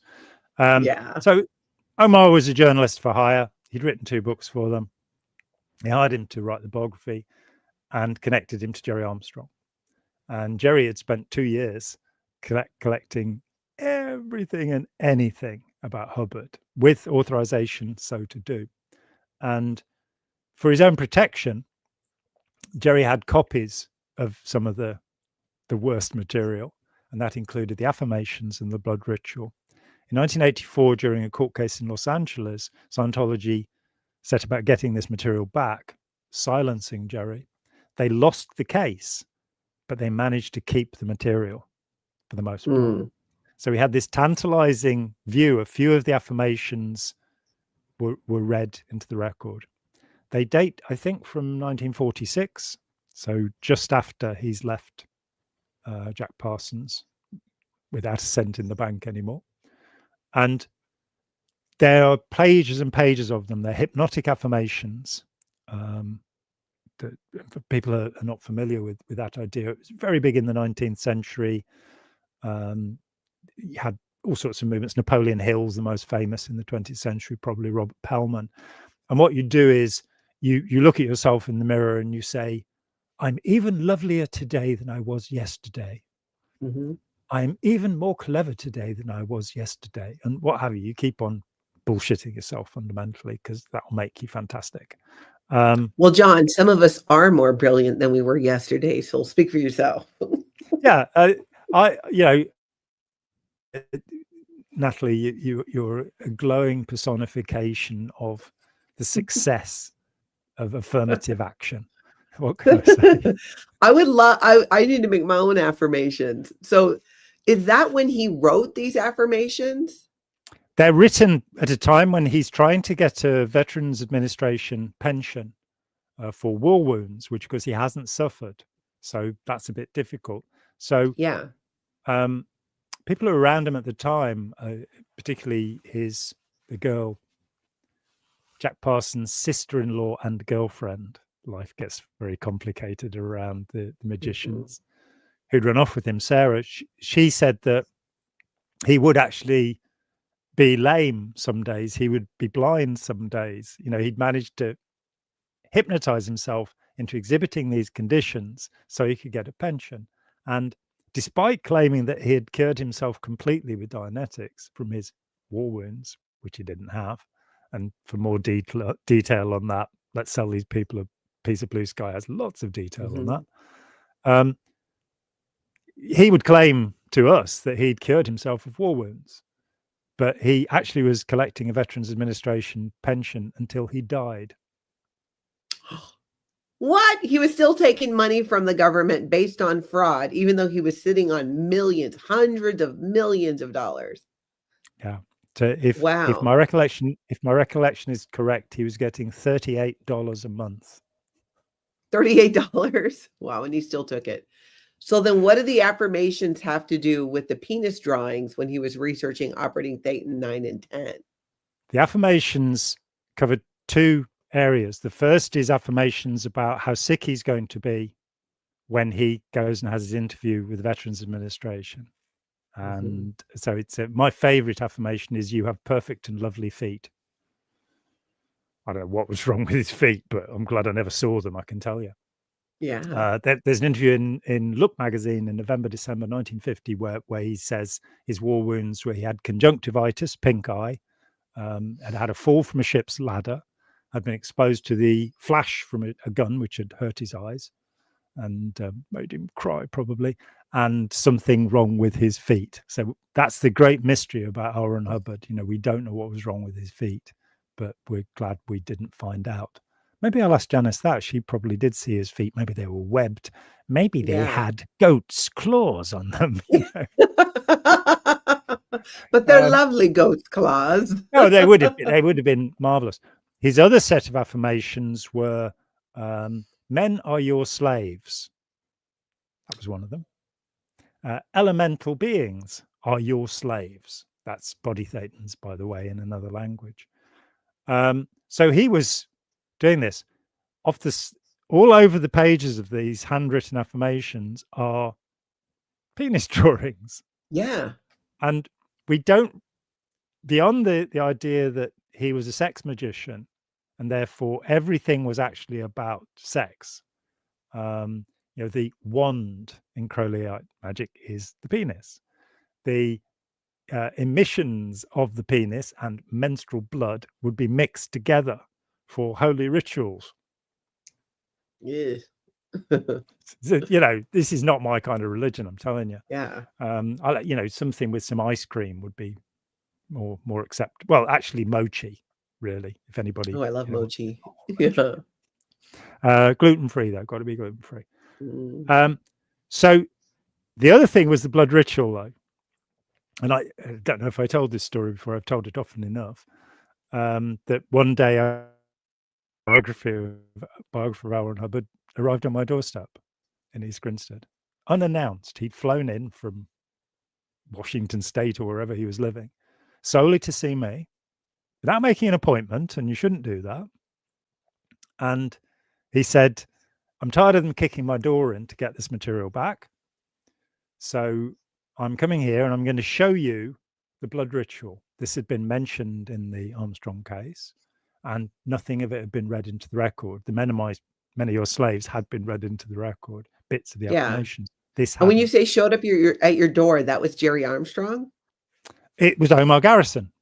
Omar Garrison, the biographer. Yeah, the biographer who'd been paid $280,000 not to do it, to publish the authentic, genuine biography of L. Ron Hubbard. So I had to work on it with Russell Miller, and we did it instead. Mm-hmm. And he said, I'm going to tell them that if they kick my door in again to try and get this material back, I'm going to give you everything. So this is before it was just after I published Blue Sky. So it was 1990, somewhere around there. And he said, I'm going to show you this. You can't take any notes. You're going to see it once. Handwritten document, L. Ron Hubbard, mentioned in the Armstrong case, the blood ritual. Mm-hmm. It was a handwritten document in handwriting that I recognized. As L. Ron Hubbard's? Yep. And it was basically a ceremony whereby he and Sarah, his bigamous second wife, of whom in Shrinking World of L. Ron Hubbard, he said, I had no second wife. He had only a first wife and a third wife. He did also say he wasn't very good at maths, so that could just be a lapse in that way.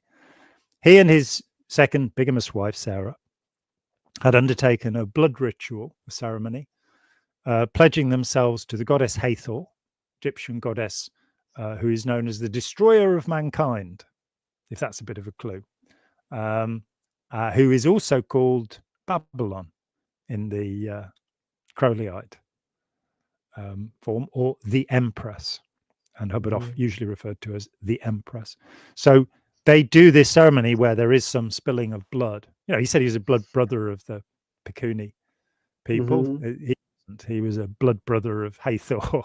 And this is all part of the sex magic and, bringing down the infernal powers and stopping Jesus from coming around and making everybody happy and any of that kind of stuff. Plus, Jesus would bring Marabians, right? That was the big thing. Yeah, he would. Yeah. And the clincher in this for David Miscavige is that in this bulletin, which has never been publicly released, but David Miscavige is aware of it, he says that he's going to reincarnate as a politician. L. Ron Hubbard does. Yeah, it's 38 years. I think he's had time. Though he could be one of Donald Trump's body thetans, who knows?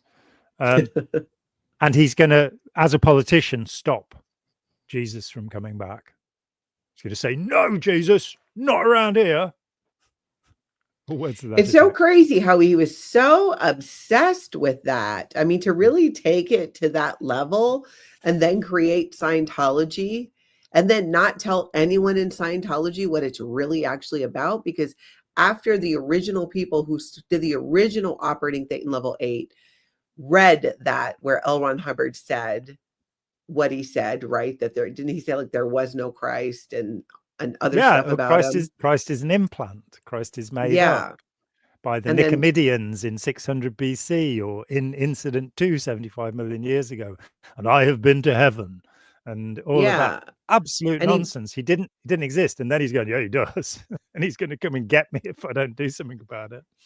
Yeah, and then he backtracks on that and changes operating Thetan level 8 because too many people left. But you're saying there's this bulletin and David Miscavige is aware of it. Hmm. And say again what it was about. What was the main point of it? Well, firstly, it was not issued until after Hubbard's death. Mm-hmm. He wasn't stupid enough to do that. Yeah. And it was the introduction in 1988 aboard the Free Winds when people did OT8. Yeah. This was the first bulletin. Now, it's a compilation, as are many of the things that were issued after 1980. Ray Mithoff would have been asked at some point to cut and paste bits of Hubbard into a text that he would write. So talking with Jesse Prince and Nancy Meny 10 years ago back at Toronto, and just they were together at that time, and I'd met Nancy once before, just a couple of months before in Dublin, and was very impressed by her. And he said that he came in while she was reading this OT8 bulletin, and she was marking it. And he was saying, "What are you doing?" And she said, "Oh, I'm marking the bits that are Hubbard and taking out the bits that are Mithoff." And he looked at it and he said, "You're exactly right. How did you know?" And she said, "Well, I was on his Telegram line for years, his fax, whatever, I can't remember what it's called, the machine they used. But he would send orders through Nancy and she'd decode them. So she'd become used to the way he wrote. And it's true, you can tell that there are bits of this thing that have been put together. This, again, is something that's probably not broadly known, but from somewhere in the early 1970s, Hubbard had a sound recorder that was sound activated all the time. So every time he farted or belched, this thing would go on. And in 1993, in LA, I interviewed a guy called Ken Rose, who had been the head of Run's Technical Compilations, or RTC. And he liked using the same initialisms. That's the right word. They're not acronyms unless you can say them. Laser and radar are acronyms, but BBC is an initialism, not an initialization. It's so complicated, the world we live in, But so he finds himself, here we are with this bizarre concept that he is here to stop the second coming, because the second coming is an invasion of Marabians. This, of course, will be picked up by Captain Bill Robertson. And the Free Zone, the independent Scientology movement that is called Ronzorg, or the Free Zone, derives from Captain Bill. And for a while, it was the largest group of Scientologists ever, because they were in Germany, they were in Russia. There were tens of thousands of people following Ronzorg. And Captain Bill, of course, in 1982, after he was thrown out of Scientology, he was the second deputy commodore, which means, in fact, in the Sea Organization, because Mary Sue was gone, he was the next in charge after Hubbard, but he was thrown out. And he started receiving telepathic messages from Ron Hubbard, who by now was dead and on the mothership. He wasn't dead. He was in Creston, going mad, suffering from dementia. And he started talking about the Marabian invasions. And I had the grand privilege over an 8-month period after I left Scientology and went, oh, I really don't want to do this anymore. I had the grand privilege of seeing Bill every week or two, because he was living in East Grinstead. He kept coming around saying, John, come back to Scientology. All's forgiven, And I'd say, tell me a bit more about the guy who committed suicide in Edinburgh, James Stewart, or tell me a bit more about how you persecuted psychiatrists in Los Angeles. So I, but I got all of this stuff about the Marabians. And according to Bill, in 1983, there were already 200,000 of them here. 200,000 on Earth, ready to go. Wait, but what? 200,000 what? Marabians. Oh, already here on Earth. Yeah, they look just like us. Well, not like you and me specifically, but they're in Switzerland, in Basel, and they were running transcendental meditation And Bill, because Bill was, forgive me, a complete lunatic, he put together this amazing list of all of the places they'd taken over. And as I found to be the case with all of the prophets and gurus I've looked at, and I'm sad to say this, their prophecies don't work. Their histories don't work either. The more we find out about the real historical past, the less we believe in Madame Blavatsky and people who made all sorts of preposterous utterances, or L. Ron Hubbard, of course, in History of Man. The history of us all as we descended from clams, the grim weeper, the boohoo. So the idea is that whatever you thought you were doing in Scientology, you were actually putting together the resistance against Jesus. That is absolutely the most amazing thing about that is Scientologists have no idea. They don't know. I don't know one person in Scientology that I can think of that I knew that, one, would be okay with that. And secondly, that believed that. That's the crazy thing about this con, this long con, is it's not even doing what L. Ron Hubbard said it was going to do. They're not trying to create a world without war, without criminality, without insanity. His whole intention was to stop an alien invasion that would come if there was a second coming. I mean, that is a lot to wrap one's head around. So tell me what you think. What do you think David Miscavige believes about this or knows about this? Oh, well, this is a tough one, isn't it? That firstly, he knows everything about it. So everything you told me, we've talked about here. Yeah, David Miscavige knows. He won't know about Hubbard's occult antecedents, but he will know this bulletin, and he will know that Hubbard is saying Christianity is evil and must be stopped, and that's the mission. The problem is with Hubbard himself, it's pretty obvious when you go through his writings that some days he believed what he was saying and other days he didn't. He frequently contradicted himself. It just runs all the way through, in Dianetics, Modern Science of Mental Health, it's packed with contradictions. Again, you can find many of them or some of them in Never Believe a Hypnotist, which is on my website. Unless, of course, you want to hear me reading it out, which is on the YouTube channel. Why do people do that? I don't know. But there it is. You can listen to it on a podcast or what have you.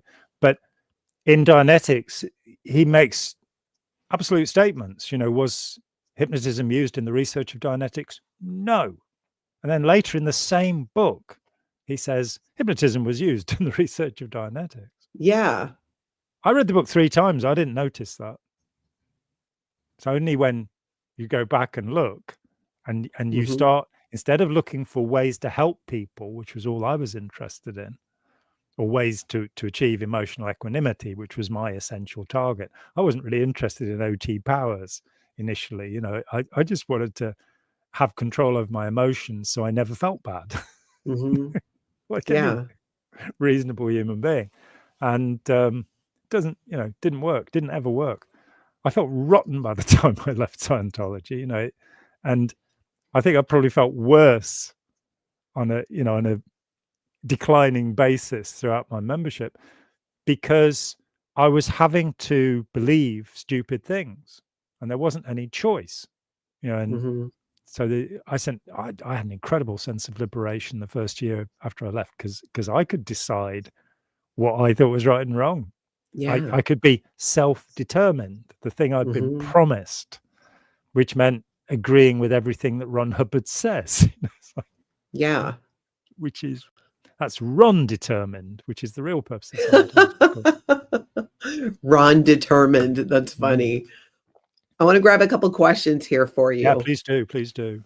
Buckled Up Buttercup. What about the Antichrist? Was that part of the occult narrative? Well, I think we talked about that though, right? But it is essential to the narrative that Hubbard states in this bulletin that his intention is to assist Lucifer and the Antichrist. So Wow. which kind of goes into this next question from Carla's loving wife. This is some crazy stuff. How can I fact check the LRH and Jesus stuff before sharing with others and my government representatives? You think Florida would care? Well, curiously enough, my friend Marjorie Wakefield, who I don't know if she's even still with us on this earth, but she wrote a book called something like what Every Christian Should Know, in which she listed a lot of the statements that Hubbard made. Probably the essential document would be the Routine 3 Heaven, which is a Hubbard Communications Office bulletin of the 11th of May, 1963. It is somewhere online. This is an authentic, publicly issued, not confidential, Ron Hubbard bulletin where he says he's been to heaven and it's fake.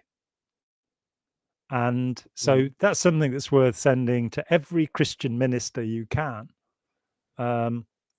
Once my book is out, you can, of course, send that to your representative, and we hope to have it out. Yeah. When do you think the book's going to be available? I hope to finish writing it in the next week. We're doing edits, and my lovely wife is actually doing a final edit on it.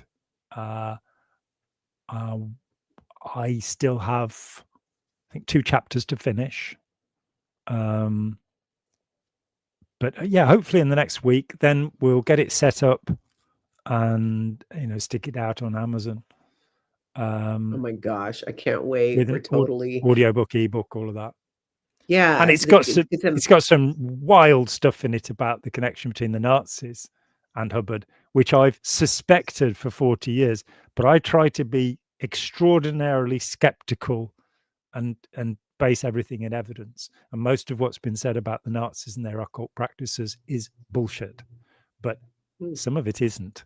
And there is an absolute connection. There's one man who connects Scientology to the Nazis, that the Aryan race theory went through him to the Nazis, and he was a founder of the Crowley Ordo Templi Orientis. So this one guy stands at the crossroads that leads in one direction to Hubbard and in the other to Himmler and Hitler.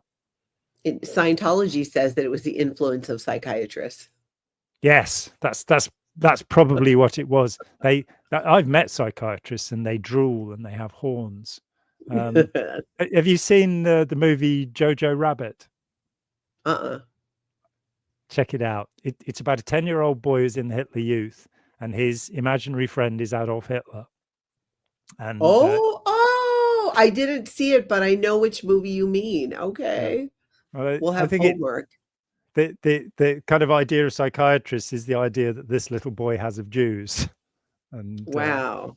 Hubbard's idea that any psychiatrist, psychotherapist, psychologist, anybody with the word psych, meaning spirit, in their name, is part of a conspiracy all over the universe, all of them.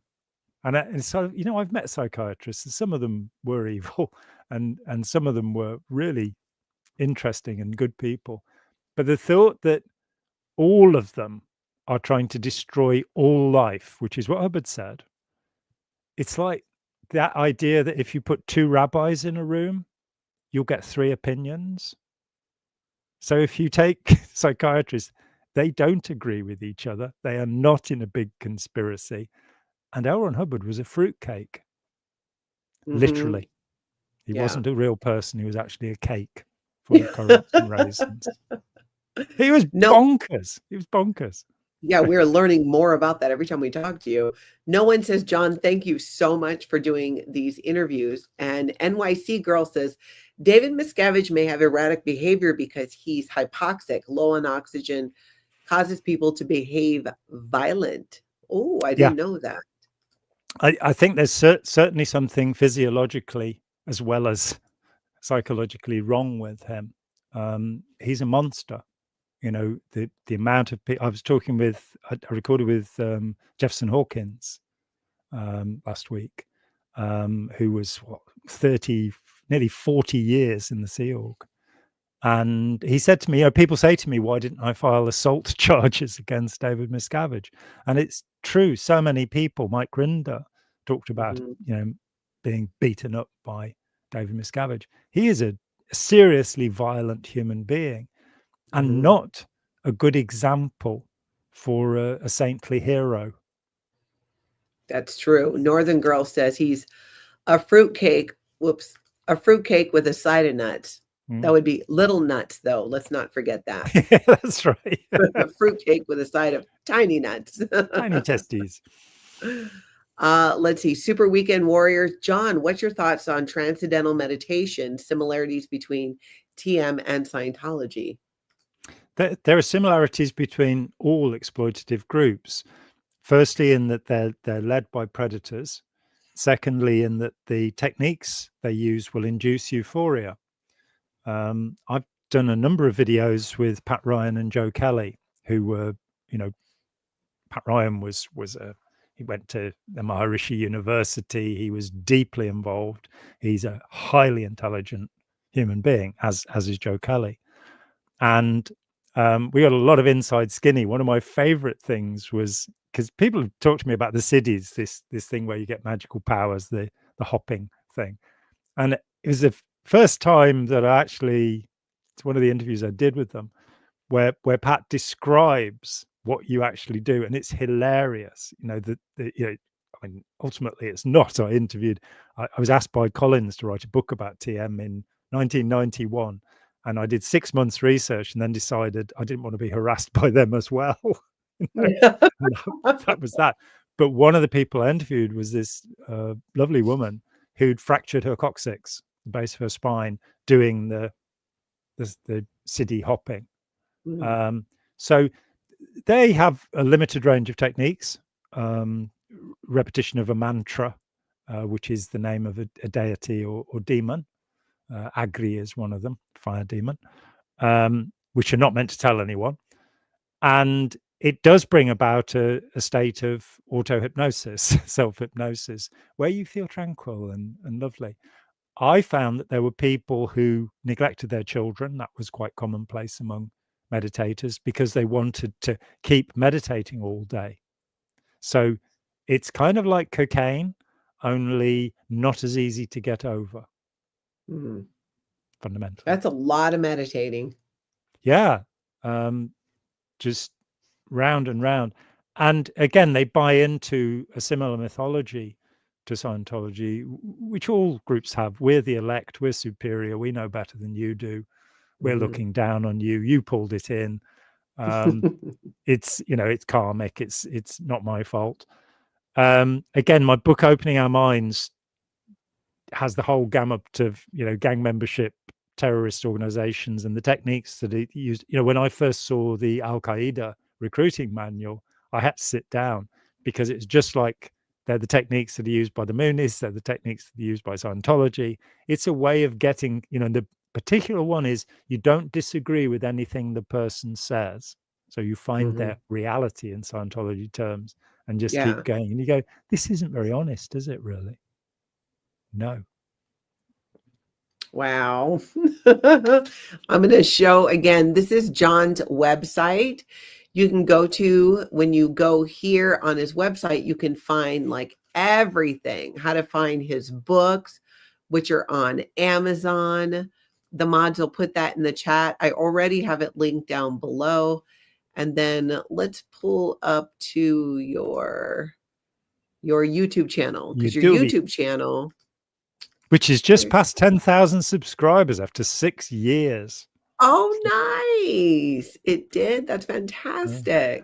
I've had a video on Lad Bible go at the weekend that went to 900,000 views. And you go, they know what they're doing. I don't. When it comes to I don't you love that? Let's get up to 10 billion is my next goal. We've done 10,000. Let's get 10 billion. Let's get all of the Marabians, all of the Arslickers, all of the Halatrobians to subscribe. Please. Yeah. So now people know how to find you there again. Well, we got to wrap up, but Jon, as per usual, enlightening, eye-opening, and mildly nauseating. How very kind. I absolutely love it.